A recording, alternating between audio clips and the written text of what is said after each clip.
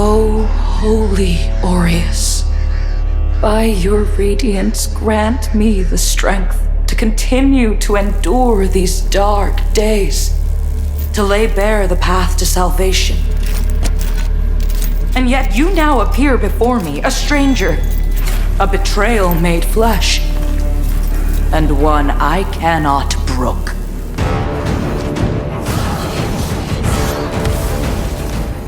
Melee, magic, and ranged abilities are seamlessly interwoven. Alongside standard attacks, you can choose between catalysts, bows, crossbows, or throwables, mapping up to 4 additional magic or range skills to your controller for immediate access. This rapidly speeds up combat and reduces the need to swap between options. As with many of the imposing bosses you'll encounter, Pieta has 2 very distinct stages.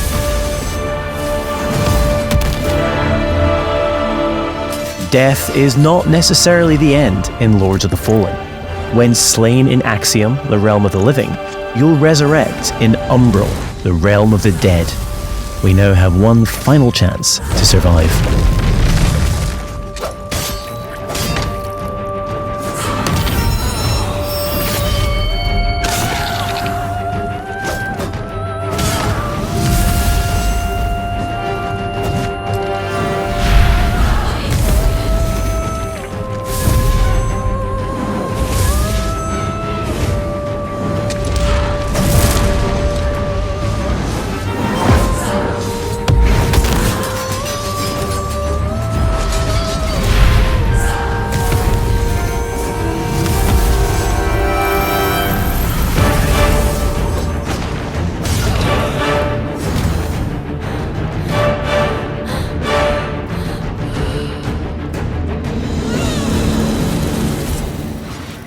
Though few and far between, these flowers denote special patches of ground upon which we can spawn a resting point, known as a vestige seedling.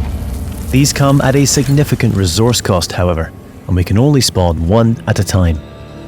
The realms of Axiom and Umbral exist in parallel. Each world features its own unique pathways, enemies, characters, and, of course, treasures. We can now use this crafted vestige to return to Axiom.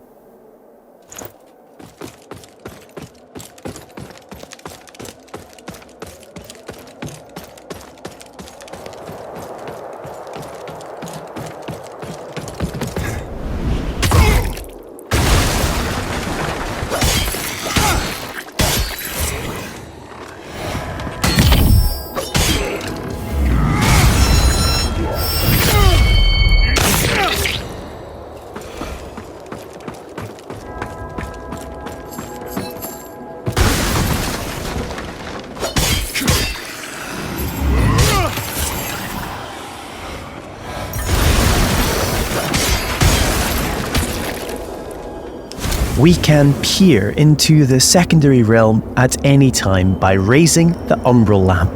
Though be advised, this also renders you vulnerable to its inhabitants.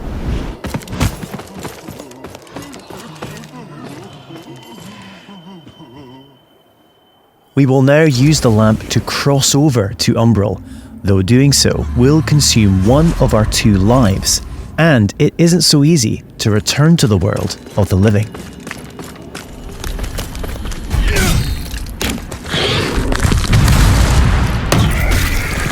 Many enemies require a different approach to combat.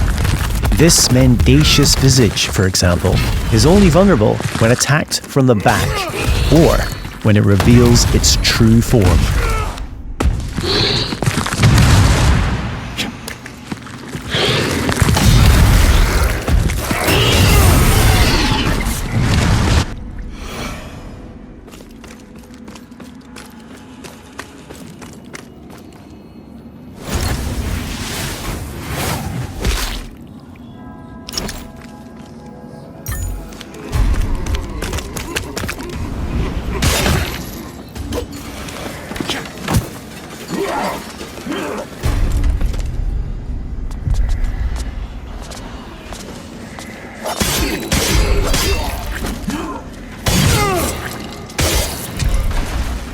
You'll also come across permanent vestiges on your travels.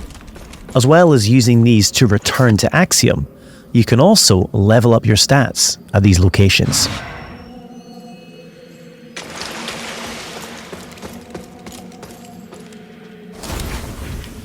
Three schools of sorcery can be mastered: Rogar, Radiant, and Umbral, each specializing in a different area of the arcane and requiring a different catalyst to cast. Our current build is adept in Rogar, characterized by devastating pyromantic attacks.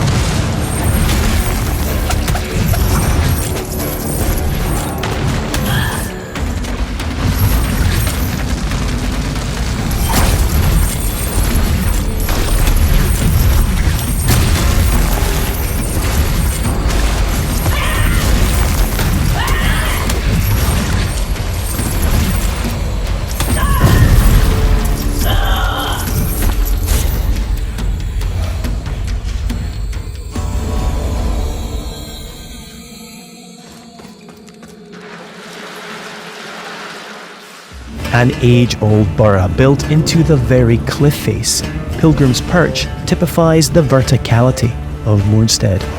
There are myriad pathways stretching both above and below, with hidden areas, treasures, and NPCs all awaiting discovery.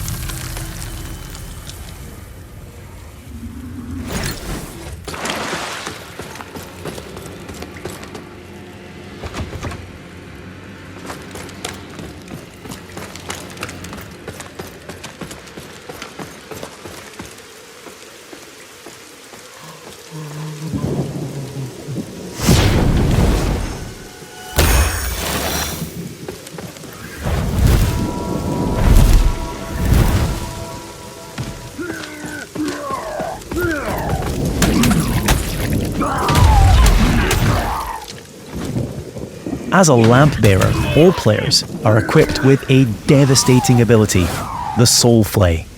By using one of a limited number of soul charges, we are able to extract the very soul of an enemy, ready to inflict significant damage.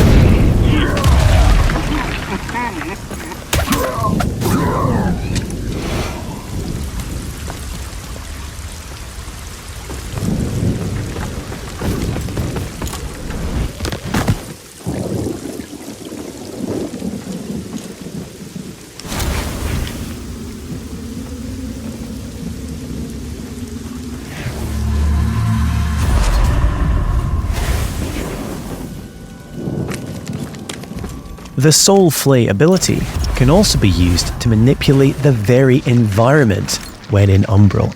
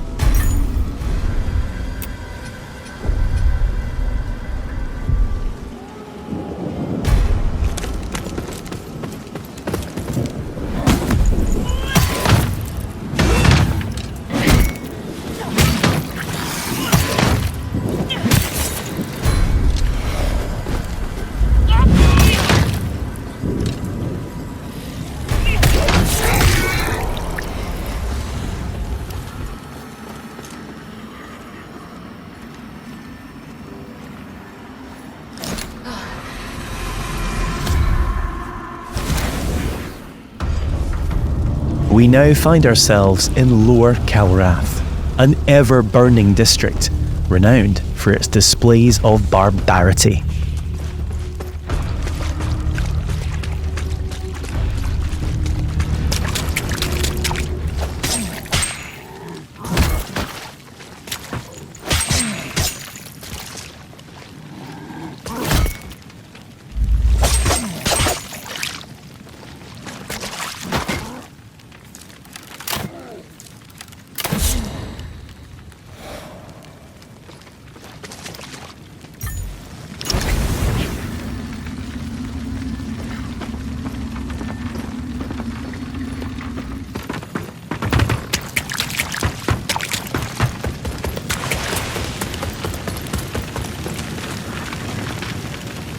We're now going to invite a second player to join us on our journey. This is easily achieved at any of the vestiges. You can choose to fight alongside a friend or a randomly selected player. Either way, your co-op companion will remain at your side for as long as you or they choose. As a Radiant Sorcerer, our ally is able to buff either character with various enhancements.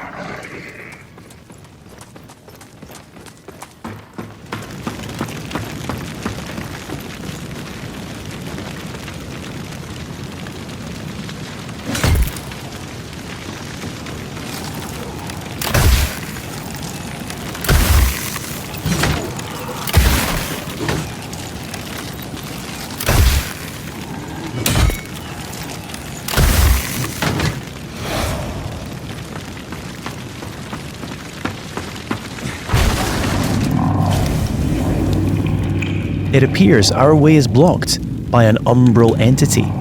We will need to track its tendrils in order to locate and expel the source of its power.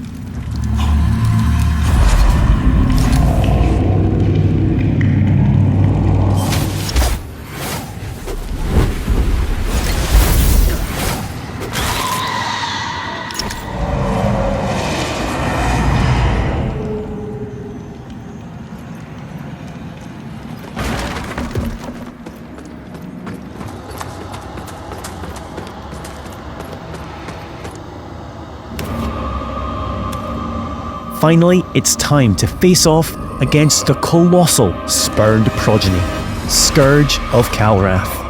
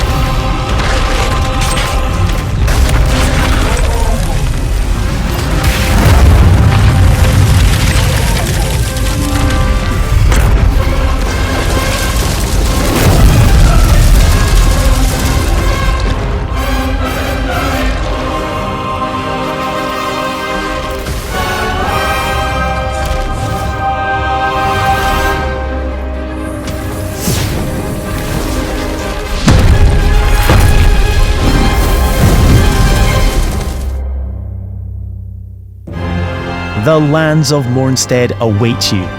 Pre-order Lords of the Fallen now and prepare to unleash the darkness on Friday the 13th of October.